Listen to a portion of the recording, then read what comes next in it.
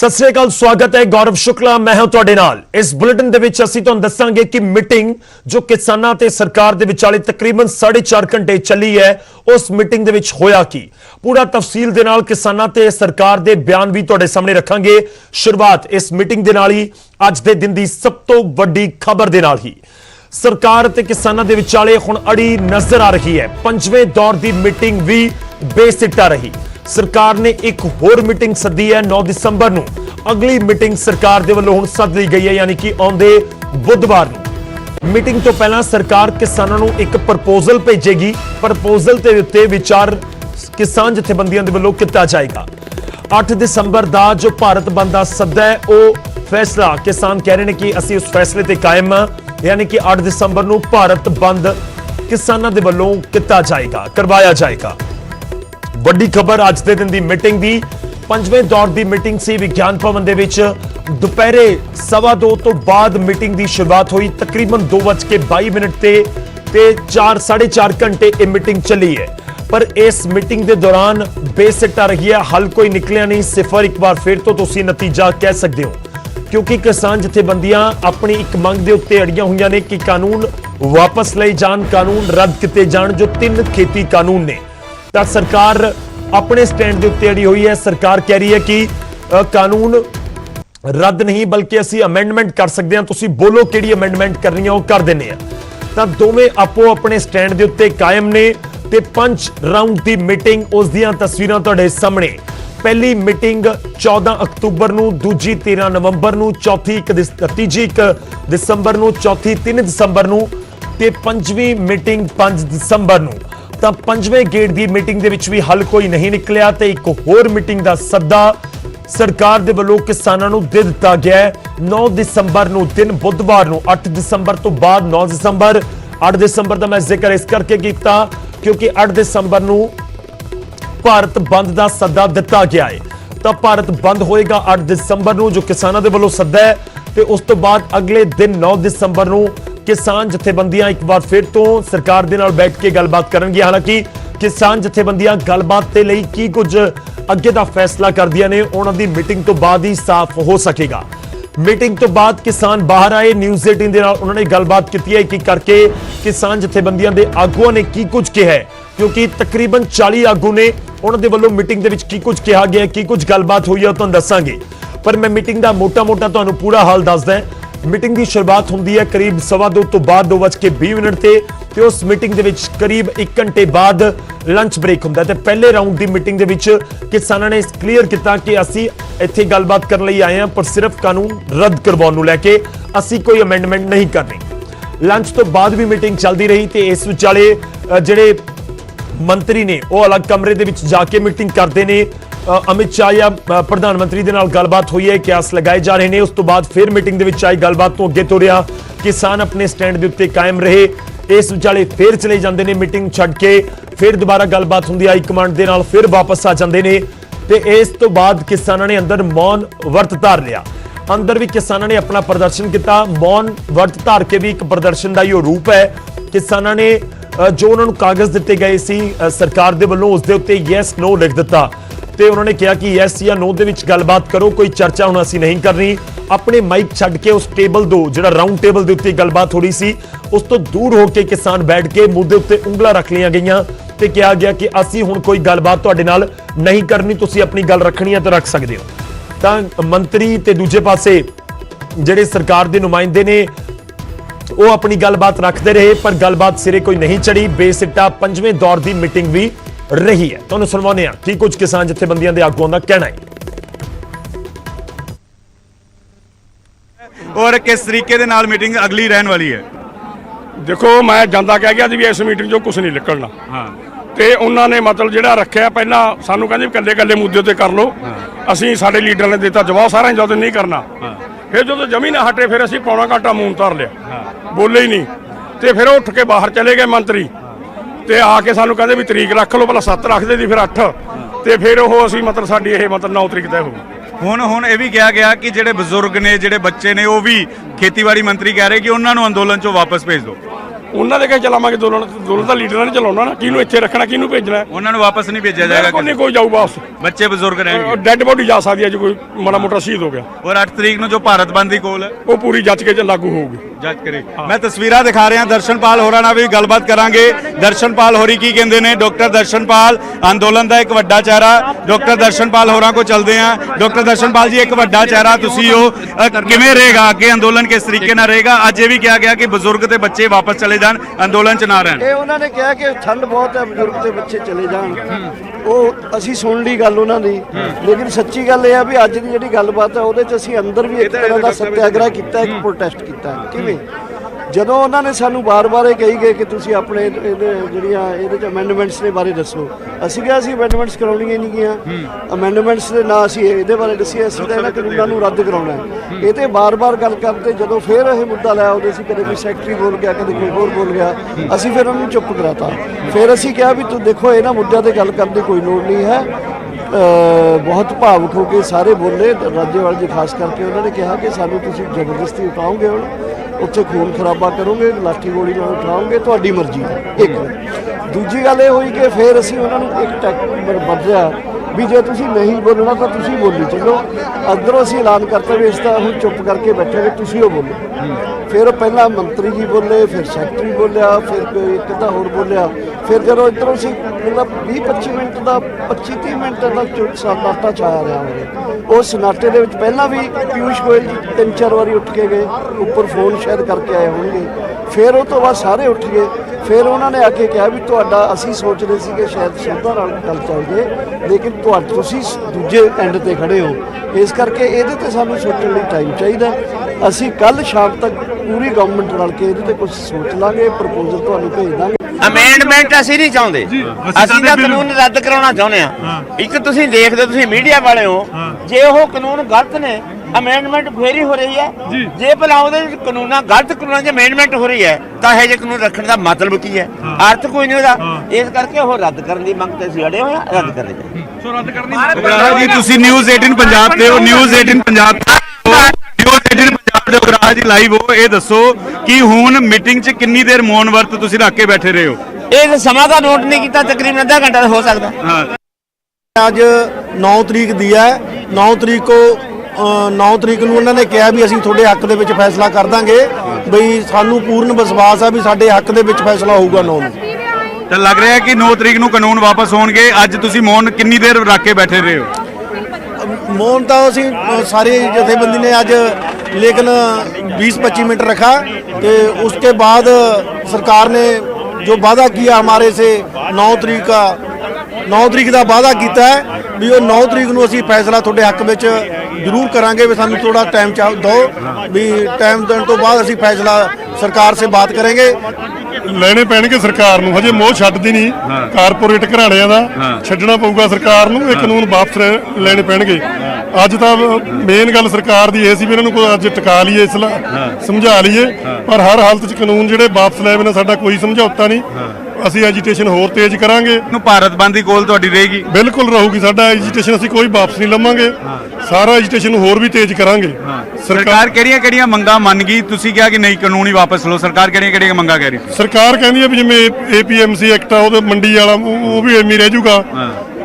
ਹੋਰ ਤੁਹਾਨੂੰ ਲਿਖਤੀ ਗਾਰੰਟੀ ਦੇ ਦਿੰਦੇ ਆ, ਪਰ ਅਸੀਂ ਚਾਹੁੰਦੇ ਆ ਵੀ ਇਹ ਜਿਹੜਾ ਬੋਤਲ ਕੱਲੀ ਰੱਖਣ ਦਾ ਕੋਈ ਫਾਇਦਾ ਨਹੀਂ, ਵਿੱਚ ਸਮਾਨ ਵੀ ਬਦਲਣਾ ਚਾਹੀਦਾ। ਸਮਾਨ ਬਦਲਦੀ ਹੈ, ਬੋਤਲ ਉਹ ਰੱਖਦੀ ਆ। ਅਸੀਂ ਕਹਿੰਦੇ ਵੀ ਫਿਰ ਕੀ ਫਾਇਦਾ? ਤੁਸੀਂ ਈਗੋ ਵਾਲੀ ਗੱਲ ਨਾ ਕਰੋ, ਇਹ ਵਾਪਸ ਲਓ ਕਾਨੂੰਨ। ਸਰਕਾਰ ਦਾ ਰਵੱਈਆ ਕੀ ਨਜ਼ਰ ਆ ਰਿਹਾ? ਜੇ ਹੁਣ 9 ਨੂੰ ਇੱਕ ਵਾਰ ਫਿਰ ਤੋਂ ਮੀਟਿੰਗ ਸੱਦ ਲਈ ਗਈ ਹੈ। ਦੇਖੋ, ਜਿਹੜਾ ਸਰਕਾਰ ਦਾ ਰਵੱਈਆ ਹੈਗਾ ਉਹ ਆਪ ਜੀ ਨੂੰ ਪਤਾ ਹੈ ਭਾਈ ਸਾਹਿਬ, ਵੀ ਹੈਂਕੜ ਵਾਲਾ ਰਵੱਈਆ। ਇਹ ਅੰਦੋਲਨ ਜਿਹੜਾ ਹੈ ਸ਼ਾਂਤਮਈ ਅੰਦੋਲਨ, ਪੀਸਫੁਲੀ, ਇਹ ਇੱਕ ਨਾ ਇੱਕ ਦਿਨ ਸਰਕਾਰ ਦੇ ਰਵੱਈਏ ਨੂੰ ਡਾਊਨ ਕਰ ਦੇਵੇਗਾ ਔਰ ਬਿਲਕੁਲ ਇਹਨਾਂ ਕਾਨੂੰਨਾਂ ਨੂੰ ਰੱਦ ਕਰਵਾ ਕੇ ਛੱਡੇਗਾ। ਤੁਹਾਡੀ ਇੱਕ ਫੋਟੋ ਵਾਇਰਲ ਹੋਈ ਜਿਸ ਦੇ ਵਿੱਚ ਤੁਸੀਂ ਲਿਖਿਆ ਸੀ ਯੈਸ ਔਰ ਨੋ, ਨੋ ਚਰਚਾ। ਇਹ ਫੋਟੋ ਆਈ ਸੀ, ਇਹ ਫੋਟੋ ਸਾਡੇ ਕੋਲ ਆਈ ਸੀ, ਇਸ ਦੇ ਵਿੱਚ ਤੁਸੀਂ ਕਿਹਾ ਸੀ ਨੋ ਚਰਚਾ। ਸਰਕਾਰ ਫਿਰ ਕਾਨੂੰਨਾਂ ਨੂੰ ਲੈ ਕੇ ਸਮਝਾ ਰਹੀ ਸੀ। ਦੇਖੋ, ਸਰਕਾਰ ਵਾਰ-ਵਾਰ ਸਾਨੂੰ ਸਮਝਾ ਰਹੀ ਸੀ ਇਸ ਕਾਨੂੰਨਾਂ ਦੇ ਵਿੱਚ ਆਹ ਕੁਛ ਹੈਗਾ, ਆਹ ਫਾਇਦੇ ਨੇ, ਆਹ ਫਾਇਦੇ ਨੇ। ਅਸੀਂ ਕਿਹਾ ਸਰਕਾਰ ਨੂੰ ਸਾਨੂੰ ਫਾਇਦੇ ਨਹੀਂ ਚਾਹੀਦੇ। ਅਸੀਂ ਤਾਂ ਕਰਕੇ ਆਪਣੀਆਂ ਸਾਰੀਆਂ ਕੁਰਸੀਆਂ ਦੇ ਉੱਪਰ ਯੈਸ ਔਰ ਨੋ, ਨੋ ਚਰਚਾ ਲਿਖ ਕੇ ਲਾਤਾ ਹੈ। ਸਾਨੂੰ ਓਨਲੀ ਕਾਨੂੰਨ ਰੱਦ ਚਾਹੀਦੇ ਨੇ। ਸਰਕਾਰ ਨੇ ਇੱਥੋਂ ਤੱਕ ਕਹਿ ਦਿੱਤਾ ਸੀ ਕਿ ਜਿਹੜੇ ਤੁਹਾਡੇ ਤੇ ਪਰਚੇ ਹੋਏ ਪਰਾਲੀ ਨੂੰ ਲੈ ਕੇ, ਜਿਹੜੇ ਪਰਚੇ ਹੋਏ ਆ ਬੈਰੀਕੇਡਿੰਗ ਨੂੰ ਤੋੜਨ ਨੂੰ ਲੈ ਕੇ, ਉਹ ਵੀ ਅਸੀਂ ਵਾਪਸ ਕਰਨ ਨੂੰ ਤਿਆਰ ਹਾਂ। ਬਿਲਕੁਲ ਸਰਕਾਰ ਕਹਿ ਰਹੀ ਆ ਪਰ ਅਸੀਂ ਇਹ ਗੱਲ ਕਹਿੰਦੇ ਵੀ ਉਹ ਪਰਚਿਆਂ ਦੀ ਸਾਨੂੰ ਕੋਈ ਪਰਵਾਹ ਨਹੀਂ ਹੈਗੀ। ਅਸੀਂ ਤਾਂ ਕਹਿੰਦੇ ਵੀ ਕਾਨੂੰਨ ਰੱਦ ਹੋਣੇ ਚਾਹੀਦੇ ਨੇ, ਕਾਨੂੰਨ ਰੱਦ ਹੋਣਗੇ ਅਸੀਂ ਆਪਣੇ ਹੱਕ ਤੋਂ 1 ਇੰਚ ਵੀ ਪਿੱਛੇ ਨਹੀਂ ਹਟਾਂਗੇ। ਤੇ ਕਿਸਾਨ ਜਥੇਬੰਦੀਆਂ ਸਾਫ਼ ਤੌਰ ਤੇ ਆਪਣਾ ਸਟੈਂਡ ਦੱਸ ਰਹੀਆਂ ਨੇ ਕਿ ਅਸੀਂ ਕਾਨੂੰਨ ਰੱਦ ਕਰਵਾਉਣ ਦੇ ਲਈ ਪਹੁੰਚੇ ਹੋਏ ਹਾਂ ਤੇ ਕਾਨੂੰਨ ਰੱਦ ਕਰਵਾਵਾਂਗੇ। ਇਸ ਸਭ ਦੇ ਵਿਚਾਲੇ ਖੇਤੀਬਾੜੀ ਮੰਤਰੀ ਨਰਿੰਦਰ ਸਿੰਘ ਤੋਮਰ ਦਾ ਬਿਆਨ ਵੀ ਸਾਹਮਣੇ ਆਇਆ। ਉਹਨਾਂ ਨੇ ਕਿਹਾ ਕਿ ਕਿਸਾਨਾਂ ਦੇ ਸੁਝਾਅ ਦੀ ਉਡੀਕ ਦੇ ਵਿੱਚ ਸਰਕਾਰ ਹੈ। ਖੇਤੀਬਾੜੀ ਮੰਤਰੀ ਇਹ ਬਿਆਨ ਦਿੰਦੇ ਨਜ਼ਰ ਆਏ। ਉਹਨਾਂ ਨੇ ਕਿਹਾ ਕਿ ਹਰ ਸ਼ੰਕੇ ਦੇ ਸਮਾਧਾਨ ਦੇ ਲਈ ਸਰਕਾਰ ਪੂਰੀ ਤਰ੍ਹਾਂ ਦੇ ਨਾਲ ਤਿਆਰ ਹੈ। ਮਸਲਾ ਹੱਲ ਕਰਨ ਦੇ ਲਈ ਗੱਲਬਾਤ ਜ਼ਰੂਰੀ ਹੈ। ਕਿਸਾਨ ਜੇਕਰ ਸੁਝਾਅ ਦਿੰਦੇ ਤਾਂ ਫਿਰ ਚੰਗਾ ਹੁੰਦਾ। ਹੁਣ ਵੀ ਕਿਸਾਨਾਂ ਦੇ ਸੁਝਾਅ ਦੀ ਉਡੀਕ ਰਹੇਗੀ। ਕਿਸਾਨਾਂ ਨੂੰ ਅੰਦੋਲਨ ਖਤਮ ਕਰਨ ਦੀ ਅਪੀਲ ਵੀ ਕੀਤੀ ਗਈ। ਬਜ਼ੁਰਗਾਂ ਤੇ ਬੱਚਿਆਂ ਨੂੰ ਘਰ ਭੇਜਣ ਦੀ ਵੀ ਅਪੀਲ ਕੀਤੀ ਗਈ ਮੀਟਿੰਗ ਦੇ ਵਿੱਚ। ਤੇ ਮੀਟਿੰਗ ਦੇ ਵਿੱਚ ਅਨੁਸ਼ਾਸਨ ਦੇ ਲਈ ਕਿਸਾਨ ਅੰਦੋਲਨਕਾਰੀਆਂ ਦਾ ਧੰਨਵਾਦ ਵੀ ਖੇਤੀਬਾੜੀ ਮੰਤਰੀ ਕਰਦੇ ਹੋਏ ਨਜ਼ਰ ਆਏ। ਵੱਡੀ ਖਬਰ ਹੈ, ਇਸ ਸਮੇਂ ਖੇਤੀਬਾੜੀ ਮੰਤਰੀ ਸਰਕਾਰ ਦੇ ਰੁਖ ਸਾਫ਼ ਤੌਰ ਤੇ ਨਰਮ ਨਜ਼ਰ ਆ ਰਹੇ ਨੇ, ਬਹੁਤ ਨਰਮ ਨਜ਼ਰ ਆ ਰਹੇ ਨੇ। ਉਹ ਕਹਿ ਰਹੇ ਨੇ ਕਿ ਅਸੀਂ ਹਰ ਇੱਕ ਸ਼ੰਕੇ ਦੇ ਉੱਤੇ ਗੱਲਬਾਤ ਕਰਨ ਨੂੰ, ਹਰ ਇੱਕ ਸ਼ੰਕੇ ਨੂੰ ਦੂਰ ਕਰਨ ਦੇ ਲਈ ਪੂਰੀ ਤਰ੍ਹਾਂ ਨਾਲ ਤਿਆਰ ਹਾਂ। ਤੇ ਸੁਝਾਅ ਜੇਕਰ ਕਿਸਾਨ ਜਥੇਬੰਦੀਆਂ ਦੇ ਆਗੂ ਦਿੰਦੇ ਤਾਂ ਜ਼ਿਆਦਾ ਚੰਗਾ ਰਹਿੰਦਾ। ਤੇ ਹੁਣ ਪ੍ਰਪੋਜ਼ਲ ਦਾ ਜ਼ਿਕਰ ਕੀਤਾ ਜਾ ਰਿਹਾ ਕਿ ਕਿਸਾਨਾਂ ਨੂੰ ਭੇਜਿਆ ਜਾਏਗਾ ਤੇ ਉਸ ਦੇ ਉੱਤੇ ਕਿਸਾਨ ਕੀ ਸੁਝਾਅ ਦਿੰਦੇ ਨੇ ਜਾਂ ਕੀ ਗੱਲਬਾਤ ਕਰਦੇ ਨੇ ਉਸ ਦੇ ਉੱਤੇ ਨਜ਼ਰ ਰਹੇਗੀ।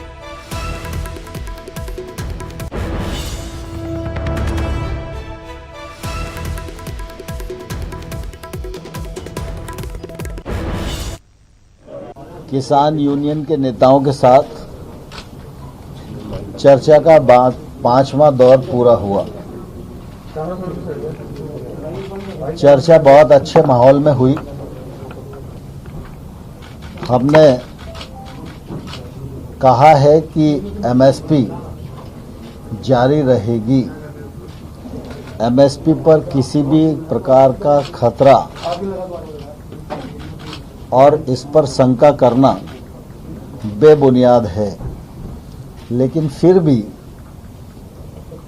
किसी के मन में कोई शंका है तो सरकार उसका समाधान करने के लिए पूरी तरह तैयार है। भारत सरकार कई दौर की चर्चा उनके साथ कर चुकी है और आगे भी समाधान निकालने के लिए चर्चा करने को तैयार है। किसानों को काफी ऑफर भी किया, कहा गया कि पराली के जो केसेस हैं हम उस पर पुनर्विचार कर सकते हैं, बिजली के कानून पर कुछ ऐसे आपने किसानों को काफी जो उनकी मांगे थी उसको कुछ ऑफर भी किया आपने? नहीं, परसों जब बैठक हो रही थी तो निश्चित रूप से कुछ मुद्दे चिन्हित हुए थे और उन मुद्दों पर आज भी बातचीत हुई है और इसलिए बातचीत पूरी नहीं हो पाई। 9 तारीख की बैठक इसीलिए आयोजित की। 4 दिन का गैप क्यों रखा गया है? दिक्कत हो रही है लोगों को, बॉर्डर बंद है, क्या जल्दी बातचीत नहीं हो सकती? मैं आपके माध्यम से पुनः किसानों को आग्रह करना चाहता हूं कि वो कृपा करके अगर आंदोलन को त्याग दें तो इस ठंड के मौसम में उनको भी सुविधा होगी और दिल्ली के नागरिक भी सुविधा युक्त जीवन जी सके। और कुछ अब छोड़ा बहुत हो गया। आप जो सुझाव देने के लिए कह रहे हैं 9 तारीख को रिटर्न में दिया हुआ है, आप जो सुझाव देने के लिए कह रहे हैं यूनियन अरे रिटर्न में दिया हुआ कई प्रकार के सुझाव आ चुके हैं, कई प्रकार के ज्ञापन आ चुके हैं, लेकिन कुल मिला के जब वार्ता होती है तो धीरे धीरे कुछ बिंदु सिमट कर रह जाते हैं। तो कुछ बिंदुओं तक बात आई हुई है, वो उस पर उनका मत और स्पष्टता से आ जाएगा तो रास्ता खोजना हमारे लिए सुविधाजनक होगा। एमएसपी का सुझाव या अमेंडमेंट करने के लिए सरकार तैयार है? एमएसपी जारी थी, जारी है और जारी रहेगी। किसी को भी इसमें शंका करने की आवश्यकता नहीं है। भारत सरकार कई दौर की चर्चा उनके ਤਾਂ ਐਮਐਸਪੀ ਨੂੰ ਲੈ ਕੇ ਲਗਾਤਾਰ ਬਿਆਨਬਾਜ਼ੀ ਹੋ ਰਹੀ ਹੈ ਤੇ ਐਮਐਸਪੀ ਨੂੰ ਲੈ ਕੇ ਇੱਕ ਵਾਰ ਫਿਰ ਤੋਂ ਖੇਤੀਬਾੜੀ ਮੰਤਰੀ ਕਹਿੰਦੇ ਨਜ਼ਰ ਆਏ ਕਿ ਐਮਐਸਪੀ ਹੈ ਔਰ ਰਹੇਗੀ, ਲਿਖਤੀ ਭਰੋਸਾ ਦੇਣ ਨੂੰ ਵੀ ਸਰਕਾਰ ਤਿਆਰ ਹੈ। ਪਰ ਇਸ ਸਭ ਦੇ ਵਿਚਾਲੇ ਮੀਟਿੰਗ ਦਾ ਅਪਡੇਟ ਅਸੀਂ ਤੁਹਾਨੂੰ ਪੂਰਾ ਦੇ ਰਹੇ ਹਾਂ। ਮੀਟਿੰਗ ਦੇ ਅੰਦਰ ਕੀ ਹੋਇਆ? ਮੀਟਿੰਗ ਦੇ ਵਿੱਚ ਕੈਨੇਡਾ ਦੇ ਪ੍ਰਧਾਨ ਮੰਤਰੀ ਜਸਟਿਨ ਟਰੂਡੋ ਦੇ ਬਿਆਨ ਦੇ ਉੱਤੇ ਵੀ ਚਰਚਾ ਹੋਈ। ਕਿਸਾਨਾਂ ਨੇ ਕੈਨੇਡੀਅਨ ਪ੍ਰਧਾਨ ਮੰਤਰੀ ਦੇ ਬਿਆਨ ਦਾ ਹਵਾਲਾ ਦਿੱਤਾ ਤੇ ਕਿਹਾ ਕਿ ਜੇ ਕੈਨੇਡਾ ਦੀ ਪਾਰਲੀਮੈਂਟ ਮਸਲਾ ਵਿਚਾਰ ਸਕਦੀ ਹੈ ਤਾਂ ਸਾਡੀ ਪਾਰਲੀਮੈਂਟ ਦੇ ਵਿੱਚ ਚਰਚਾ ਹੋਣ ਤੋਂ ਕੀ ਇਤਰਾਜ਼ ਹੈ। ਕਿਸਾਨ ਸੈਸ਼ਨ ਬੁਲਾਉਣ ਦੀ ਮੰਗ ਕਰ ਰਹੇ ਨੇ ਕਿ ਸੈਸ਼ਨ ਬੁਲਾਇਆ ਜਾਵੇ, ਖੇਤੀ ਕਾਨੂੰਨ ਰੱਦ ਕੀਤੇ ਜਾਣ। ਤਾਂ ਮੀਟਿੰਗ ਦੇ ਵਿੱਚ ਟਰੂਡੋ ਦੇ ਬਿਆਨ ਦੇ ਉੱਤੇ ਵੀ ਚਰਚਾ ਕੀਤੀ ਗਈ ਹੈ। पार्लियामेंट में पंजाबी जो एमपी हैं उन्होंने इशू उठाया था कि पंजाब में किसान एजुकेशन चल रही है, उसके बारे में हमें चर्चा करनी चाहिए। उस पर चर्चा होने के बाद जस्टिस ट्रूडो ने भारत सरकार को एक लेटर लिखा है कि किसानों की मांगें जायज़ हैं, इनको मानना चाहिए। हमने ये बोला कि कनाडा की पार्लियामेंट में तो चर्चा हो सकती है, तो हिंदुस्तान की पार्लियामेंट में चर्चा होने को क्या मुश्किल है इसमें। वो बोलते हैं कि जी सेशन बुलाना पड़ेगा कानून वापस लाने के लिए। सेशन सदने को क्या कोई मंजूरी किसकी लेनी पड़ती है? जो सेशन तो कैबिनेट का जब चाहे वही।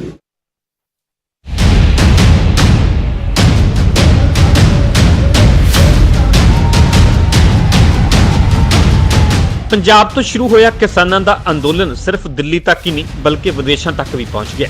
ਕੈਨੇਡਾ, ਅਮਰੀਕਾ, ਬਰਤਾਨੀਆ, ਜਰਮਨੀ ਸਣੇ ਵੱਖ-ਵੱਖ ਦੇਸ਼ਾਂ ਦੇ ਵਿੱਚ ਕਿਸਾਨਾਂ ਦੇ ਹੱਕ 'ਚ ਲੋਕ ਆਵਾਜ਼ ਬੁਲੰਦ ਕਰ ਰਹੇ ਨੇ। ਖਾਸ ਕਰਕੇ ਕੈਨੇਡਾ, ਜਿਸ ਨੂੰ ਮਿੰਨੀ ਪੰਜਾਬ ਵੀ ਕਿਹਾ ਜਾਂਦਾ ਹੈ, ਜਿੱਥੇ ਵੱਡੀ ਗਿਣਤੀ 'ਚ ਲੋਕ ਹੀ ਕਿਸਾਨਾਂ ਦੇ ਹੱਕ ਦੇ ਵਿੱਚ ਨਹੀਂ ਖੜੇ ਬਲਕਿ ਕੈਨੇਡੀਅਨ ਮੀਡੀਆ ਵੀ ਜ਼ੋਰ-ਸ਼ੋਰ ਦੇ ਨਾਲ ਕਿਸਾਨਾਂ ਦਾ ਅੰਦੋਲਨ ਵਿਖਾ ਰਿਹਾ ਹੈ। ਇੱਥੋਂ ਤੱਕ ਕਿ ਵਿਦੇਸ਼ੀ ਸਰਕਾਰਾਂ ਵੀ ਕਿਸਾਨਾਂ ਦੇ ਨਾਲ ਖੜੀਆਂ ਤੇ ਭਾਰਤ ਸਰਕਾਰ ਦੇ ਵਿਰੁੱਧ ਨਜ਼ਰ ਆ ਰਹੀਆਂ ਨੇ। ਕੈਨੇਡਾ ਨੇ ਭਾਰਤ ਦੇ ਇਤਰਾਜ਼ ਮਗਰੋਂ ਵੀ ਸਾਫ਼ ਕੀਤਾ ਕਿ ਉਹਨਾਂ ਦੀ ਸਰਕਾਰ ਕਿਸੇ ਦੀ ਆਵਾਜ਼ ਨਹੀਂ ਦਬਾਵੇਗੀ ਤੇ ਮਨੁੱਖੀ ਅਧਿਕਾਰਾਂ ਦੇ ਲਈ ਹਮੇਸ਼ਾ ਖੜੀ ਰਹੇਗੀ। ਕੈਨੇਡੀਅਨ ਪੀਐਮ ਨੇ ਟਵੀਟ ਦੇ ਜ਼ਰੀਏ ਵੀ ਦੁਹਰਾਇਆ ਕਿ ਸ਼ਾਂਤੀਪੂਰਵਕ ਢੰਗ ਦੇ ਨਾਲ ਹੋਣ ਵਾਲੇ ਪ੍ਰਦਰਸ਼ਨਾਂ ਨੂੰ ਨਹੀਂ ਰੋਕਿਆ ਜਾਵੇਗਾ। ਕੈਨੇਡਾ ਦੇ ਇਸ ਰਵੱਈਏ ਤੋਂ ਭਾਰਤ ਨਾਰਾਜ਼ ਨਜ਼ਰ ਆ ਰਿਹਾ ਹੈ। ਭਾਰਤ ਨੇ ਕੈਨੇਡਾ ਦੇ ਰਾਜਦੂਤ ਨੂੰ ਵੀ ਇਸ ਸੰਬੰਧੀ ਤਲਬ ਕੀਤਾ ਹੈ। Canada will always stand up for the right of peaceful protest anywhere around the world, and we're pleased to see moves towards de-escalation and dialogue. Anything more? I mean, are you worried about damaging relations between India and Canada? Canada will always stand up for the right for peaceful protest and for human rights around the world. ਉਧਰ ਕਿਸਾਨ ਅੰਦੋਲਨ ਤੇ Canada ਸਰਕਾਰ ਦੇ ਰੁਖ ਤੋਂ ਬਾਅਦ ਭਾਰਤ ਸਰਕਾਰ ਨੇ ਕੋਰੋਨਾ ਸੰਬੰਧੀ ਬੁਲਾਈ ਗਈ ਗ੍ਰਹਿ ਮੰਤਰੀਆਂ ਦੀ ਬੈਠਕ ਦਾ ਵੀ ਬਾਈਕਾਟ ਕੀਤਾ ਹੈ। 7 ਦਸੰਬਰ ਦੀ ਇਸ ਬੈਠਕ ਦੀ ਮੇਜ਼ਬਾਨੀ ਪਰ ਜਸਟਿਨ ਟਰੂਡੋ ਦੇ ਬਿਆਨਾਂ ਤੋਂ ਭਾਰਤ ਸਰਕਾਰ ਔਖੀ ਨਜ਼ਰ ਆ ਰਹੀ ਹੈ। Bureau report, news 18 Punjab. ਤਾਂ ਜਸਟਿਨ ਟਰੂਡੋ ਦੇ ਬਿਆਨ ਦੀ ਵੀ ਚਰਚਾ ਮੀਟਿੰਗ ਦੇ ਦੌਰਾਨ ਹੋਈ। ਹਾਲਾਂਕਿ ਇਸ ਪੂਰੇ ਬਿਆਨ ਦੇ ਉੱਤੇ ਭਾਰਤ ਸਰਕਾਰ ਪਹਿਲਾਂ ਹੀ ਇਤਰਾਜ਼ ਜਤਾ ਚੁੱਕੀ ਹੈ। ਹੁਣ ਗੱਲ ਯੂਐਨਓ ਦੀ। ਯੂਐਨਓ ਤੱਕ ਵੀ, ਯੂਨਾਈਟਿਡ ਨੇਸ਼ਨਸ ਤੱਕ ਵੀ ਇਹ ਪੂਰਾ ਮਾਮਲਾ ਪਹੁੰਚ ਚੁੱਕਿਆ ਹੈ। ਯੂਐਨਓ ਦੇ ਵਿੱਚ ਵੀ ਕਿਸਾਨ ਅੰਦੋਲਨ ਦੀ ਗੂੰਜ ਸੁਣਾਈ ਦਿੱਤੀ ਹੈ। ਯੂਐਨਓ ਨੇ ਸ਼ਾਂਤੀਪੂਰਨ ਪ੍ਰਦਰਸ਼ਨ ਨੂੰ ਲੋਕਤੰਤਰ ਦੇ ਵਿੱਚ ਹੱਕ ਦੱਸਿਆ ਹੈ। ਸ਼ਾਂਤੀਪੂਰਨ ਪ੍ਰਦਰਸ਼ਨ ਕਰਨਾ ਲੋਕਾਂ ਦਾ ਹੱਕ ਹੈ। ਇਹ ਯੂਐਨਓ ਦੇ ਵੱਲੋਂ ਸਟੇਟਮੈਂਟ ਜਾਰੀ ਕੀਤੀ ਗਈ।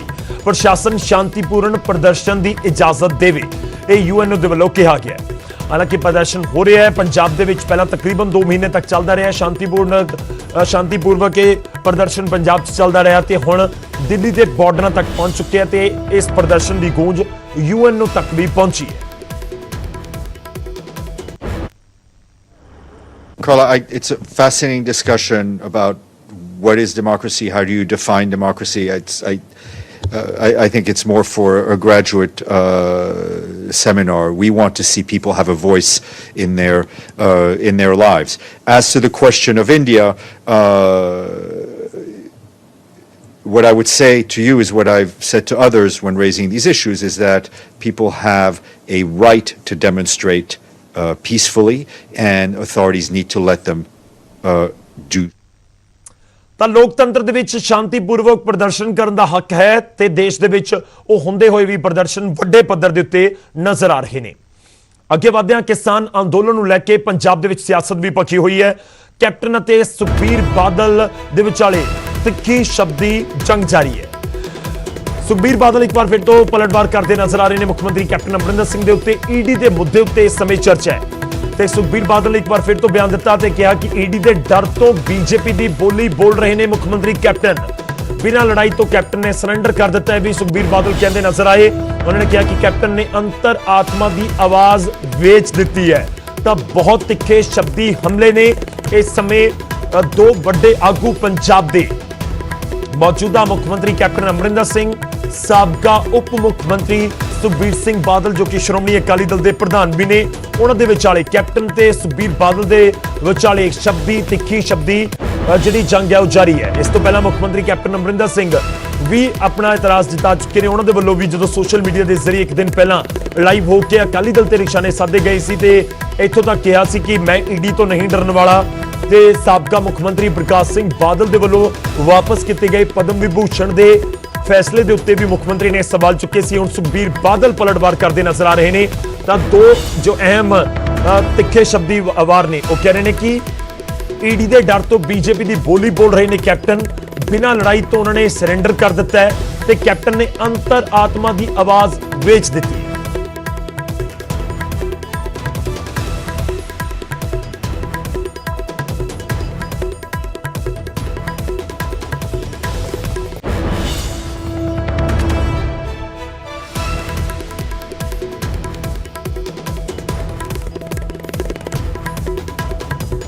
ਤਾਂ ਹੁਣ ਤੁਹਾਨੂੰ ਸੁਣਵਾਉਂਦੇ ਹਾਂ ਕਿ ਸੁਖਬੀਰ ਬਾਦਲ ਬਹੁਤ ਤਿੱਖੇ ਸ਼ਬਦੀ ਹਮਲੇ ਕਰ ਰਹੇ ਨੇ, ਪਰ ਮੁੱਖ ਮੰਤਰੀ ਕੈਪਟਨ ਅਮਰਿੰਦਰ ਸਿੰਘ ਨੇ ਕੀ ਕੁਝ ਕਿਹਾ ਸੀ ਅਕਾਲੀ ਦਲ ਨੂੰ ਲੈ ਕੇ, ਵਿਰੋਧੀ ਪਾਰਟੀਆਂ ਨੂੰ ਲੈ ਕੇ, ਈਡੀ ਦੇ ਕੇਸਿਸ ਨੂੰ ਲੈ ਕੇ, ਜਾਂ ਫਿਰ ਜਿਹੜੇ ਸਾਬਕਾ ਮੁੱਖ ਮੰਤਰੀ ਦੇ ਵੱਲੋਂ ਮੋੜਿਆ ਗਿਆ ਪਦਮ ਵਿਭੂਸ਼ਣ, ਉਸ ਨੂੰ ਲੈ ਕੇ ਤੁਹਾਨੂੰ ਸੁਣਵਾਉਂਦੇ।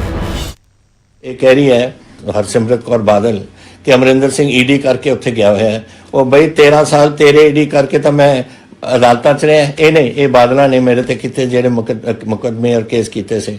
ਤਾਂ ਮੈਨੂੰ ਨਾ ਸਮਝਾ ਈਡੀ ਊਡੀ ਦਾ, ਮੈਨੂੰ ਈਡੀ ਊਡੀ ਦਾ ਕੋਈ ਫਰਕ ਨਹੀਂ ਹੈ। ਜਿੰਨੇ ਮਰਜ਼ੀ ਲੱਗੇ ਰਹੇ, 13 ਸਾਲ ਪਹਿਲਾਂ ਲੱਗੇ, 13 ਸਾਲ ਹੁਣ ਲੱਗ ਜਾਣਗੇ ਉਹਦੇ 'ਚ। I am not in the least bit interested. And ਤੁਸੀਂ ਇਹ ਝੂਠ ਬੋਲਣਾ ਇਹ ਬੰਦ ਕਰੋ। ਤਾਂ ਸਿਆਸਤ ਜਾਰੀ ਹੈ, ਪਰ ਇਸ ਸਭ ਦੇ ਵਿਚਾਲੇ ਕਿਸਾਨਾਂ ਨੂੰ ਲਗਾਤਾਰ ਸਮਰਥਨ ਵੀ ਮਿਲ ਰਿਹਾ, ਖਾਸ ਤੌਰ ਤੇ ਪੰਜਾਬੀ ਗਾਇਕਾਂ ਤੇ ਕਲਾਕਾਰਾਂ ਦਾ। ਦਲਜੀਤ ਦੋਸਾਂਝ ਜੋ ਹੁਣ ਤੱਕ ਟਵਿੱਟਰ ਦੇ ਉੱਤੇ ਬਹੁਤ ਐਕਟਿਵ ਨਜ਼ਰ ਆ ਰਹੇ ਸੀ ਤੇ ਕੰਗਨਾ ਰਣੌਤ ਦੇ ਖਿਲਾਫ ਬੋਲ ਰਹੇ ਸੀ, ਉਹ ਦਿੱਲੀ ਮੋਰਚੇ ਦੇ ਵਿੱਚ ਵੀ ਅੱਜ ਪਹੁੰਚ ਗਏ ਸਿੰਘੂ ਬਾਰਡਰ ਦੇ ਉੱਤੇ। ਦਲਜੀਤ ਦੋਸਾਂਝ ਦੇ ਵੱਲੋਂ ਕਿਸਾਨਾਂ ਨੂੰ ਹਿਮਾਇਤ ਕੀਤੀ ਗਈ। ਉਹਨਾਂ ਨੇ ਟਵਿੱਟਰ ਦੇ ਉੱਤੇ ਤਿੱਖੀ ਬਹਿਸ ਕੰਗਨਾ ਰਣੌਤ ਦੇ ਨਾਲ ਕੀਤੀ ਸੀ। ਟਵਿੱਟਰ ਤੋਂ ਬਾਅਦ ਹੁਣ ਸਿੰਘੂ ਮੋਰਚੇ ਦੇ ਵਿੱਚ ਵੀ ਨਜ਼ਰ ਆਏ ਨੇ ਦਲਜੀਤ ਦੋਸਾਂਝ। ਉਹਨਾਂ ਨੇ ਉੱਥੇ ਜ਼ਿਆਦਾ ਸਮਾਂ ਨਹੀਂ ਰਹੇ, 5 ਤੋਂ 10 ਮਿੰਟ ਸੀ, ਬਹੁਤ ਭੀੜ ਹੋ ਗਈ ਸੀ ਤੇ ਇਸ ਵਿਚਾਲੇ ਸਟੇਜ ਦੇ ਉੱਤੇ ਕੀ ਕੁਝ ਕਿਹਾ ਉਹ ਸੁਣਵਾ ਦੇ। ਸੁਣਨੇ ਆਏ ਸੀ, ਪਰ ਸ਼ਾਬਾਸ਼ ਹੈ ਤੁਹਾਡੇ ਸਾਰਿਆਂ ਦੇ ਇਤਿਹਾਸ ਜਿਹੜਾ ਤੁਸੀਂ ਦੁਬਾਰਾ ਸਿਰਜ ਦਿੱਤਾ ਬਾਈ। ਕਹਾਣੀਆਂ ਸੁਣਦੇ ਹੁੰਦੇ ਸੀ ਜਿਨ੍ਹਾਂ ਤੋਂ ਜੋਸ਼ ਭਰਦਾ ਹੁੰਦਾ ਸੀ ਅੰਦਰ, ਇਹ ਇਤਿਹਾਸ ਦੁਬਾਰਾ ਤੁਸੀਂ ਦੁਹਰਾ ਦਿੱਤਾ ਹੈ, ਬਹੁਤ ਵੱਡੀ ਗੱਲ ਹੈ। ਉਦੋਂ ਸਾਹਿਬ ਨਾਲ ਗੱਲ ਹੋ ਰਹੀ ਸੀ, ਵੀਰ ਸਿੰਘ ਗੁਰੂਵਾਲਾ ਨਾਲ ਗੱਲ ਹੋ ਰਹੀ ਸੀ ਕਿ ਸਬਰ ਤੇ ਸੰਤੋਖ, ਇਹਦੇ ਨਾਲ ਹੀ ਆਪਾਂ ਜਿਹੜੀ ਇਹ ਲੜਾਈ ਜਿੱਤ ਸਕਦੇ ਹਾਂ। ਕਿਸਾਨ ਜਥੇਬੰਦੀਆਂ ਦਾ ਸਿਰ ਝੁਕਦਾ, ਜਿਹੜੀ ਉਹਨਾਂ ਨੇ ਰਹਿਨੁਮਾਈ ਕੀਤੀ ਹੈ, ਬਹੁਤ ਵੱਡੀ ਗੱਲ ਹੈ। ਸਾਰੇ ਕਲਾਕਾਰ ਵੀਰ ਬੈਠੇ ਨੇ, ਸਾਰਿਆਂ ਦਾ ਬਹੁਤ ਬਹੁਤ ਨਿੱਘਾ ਮੇਰਾ ਹੀ ਸਵਾਗਤ ਹੈ। ਮੈਂ ਅੱਜ ਆਇਆ, ਤੁਸੀਂ ਤਾਂ ਮੇਰੇ ਤੋਂ ਪਹਿਲਾਂ ਤੋਂ ਬੈਠੇ ਹੋ, ਪਰ ਬਹੁਤ ਵੱਡੀ ਗੱਲ ਹੈ। ਇਹ ਕਹਾਣੀਆਂ ਆਉਣ ਵਾਲੇ ਫਿਊਚਰ 'ਚ ਸੁਣਾਈਆਂ ਜਾਣਗੀਆਂ। ਹਰਿਆਣੇ ਵਾਲੇ ਵੀਰਾਂ ਦਾ ਵੀ ਬਹੁਤ ਬਹੁਤ ਧੰਨਵਾਦ ਜਿਨ੍ਹਾਂ ਨੇ ਇੰਨਾ ਜ਼ਿਆਦਾ ਸਪੋਰਟ ਕੀਤਾ। ਉੱਥੋਂ ਲੰਘਣ ਲੱਗੇ ਪਿੱਛੋਂ ਤਾਂ ਪੁਲਿਸ ਵਾਲਾ ਵੀਰ ਖੜਾ ਸੀ, ਕਹਿੰਦੇ ਲੰਘ ਜਾਓ ਸਰਦਾਰ ਜੀ। ਤਾਂ ਪੰਜਵੇਂ ਦੌਰ ਦੀ ਮੀਟਿੰਗ ਇੱਕ ਵਾਰ ਮੁੜ ਤੋਂ ਰਹੀ ਬੇਸਿੱਟਾ ਪਏ। ਸਭ ਦੇ ਵਿਚਾਲੇ ਕਿਸਾਨਾਂ ਨੂੰ ਸਮਰਥਨ ਜ਼ਰੂਰ ਮਿਲ ਰਿਹਾ ਹੈ ਤੇ ਉਹ ਲਗਾਤਾਰ ਵਾਧਾ ਵੀ ਜਾ ਰਿਹਾ ਹੈ। ਕਿਸਾਨ ਅੰਦੋਲਨ ਤੇ ਅੱਗੇ ਵੀ ਹਰ ਇੱਕ ਅਪਡੇਟ ਤੁਹਾਡੇ ਤੱਕ ਪਹੁੰਚਾਉਂਦੇ ਰਹਾਂਗੇ। ਫਿਲਹਾਲ ਦੇ ਲਈ ਮੈਨੂੰ ਇਜਾਜ਼ਤ ਦਿਓ, ਪਰ ਤੁਸੀਂ ਬਣੇ ਰਹੋ ਨਿਊਜ਼ 18 ਦੇ ਨਾਲ। ਖਬਰਾਂ ਦਾ ਸਿਲਸਿਲਾ, ਕਿਸਾਨ ਅੰਦੋਲਨ ਦੇ ਨਾਲ ਜੁੜੀ ਹੋਈ ਹਰ ਇੱਕ ਅਪਡੇਟ ਲਗਾਤਾਰ ਨਿਊਜ਼ 18 ਪੰਜਾਬ ਤੇ ਤੁਸੀਂ ਦੇਖਦੇ ਰਹੋਗੇ। ਧੰਨਵਾਦ।